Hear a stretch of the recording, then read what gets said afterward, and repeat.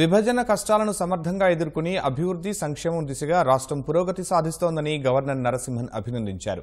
పారదర్శక జవాబుదారీ పాలనతో జాతీయ స్థాయిలో 660 అవార్డులు సాధించిందని ప్రశంసించారు. ఇతర రాష్ట్రాలకు పరిపాలన నమూనాగా నిలిచిందని విజయవాడలో జరిగిన గణతంత్ర దినోత్సవ కార్యక్రమంలో ఆయన కొనియాడారు. ఎన్టీఆర్ భరోసా పింఛన్లు, ఈబీసీ రిజర్వేషన్లు, ఆటోలు, ట్రాక్టర్లపై పన్ను తొలగింపు, డ్వాక్రా మహిళలకు 10,000 ఆర్థిక సాయం వంటి నిర్ణయాలతో వెనుకబడిన వర్గాల సాధికారతకు ప్రభుత్వం కృషి చేస్తోందని వివరించారు.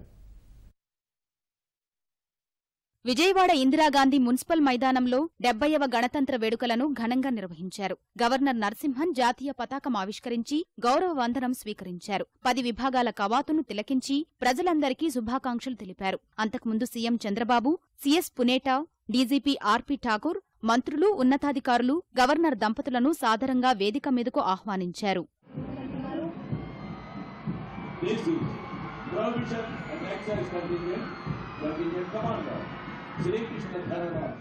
దేశానికి స్వాతంత్ర్యం తెచ్చిన మహనీయుల త్యాగాలను గుర్తుంచుకోవడం అందరి కర్తవ్యమని గవర్నర్ అన్నారు. ప్రజల ఆకాంక్షలకు అనుగుణంగా రాష్ట్ర ప్రభుత్వం ఎన్నో పథకాలను అమలు చేస్తోందని వివరించారు. విభజన ఒడిదుడుకులను నిబద్ధతతో అధిగమిస్తోందని కితాబిచ్చారు.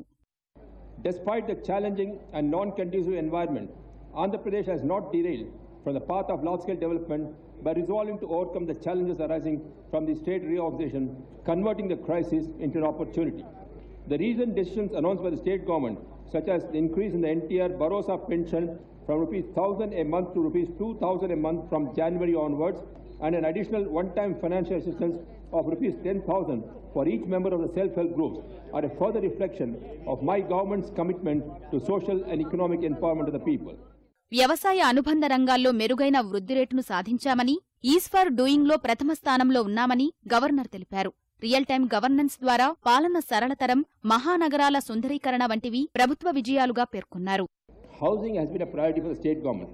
The government has sanctioned 15.78 lakh houses with a project cost of ₹31,793.42 crore and the NTR Rural Housing Scheme, PMA NTR Gramin and PMA NTR Urban BLC schemes. While 1 lakh completed houses were inaugurated in a single day on 2nd October 2017 and the 3 lakh completed houses were inaugurated on 5th July 2018. State government are taking all steps to complete all the houses sanctioned by March 2019. Telugu ప్రజల జీవనాడి Polavaram project నిర్మాణం వేగంగా జరుగుతోందని governor కొనియాడారు. Government adopted a 3-pronged strategy: water conservation, river linkage, including completion of pending projects, and water management, including micro irrigation, to achieve the vision of making the state drought-proof and to provide water security to all the citizens.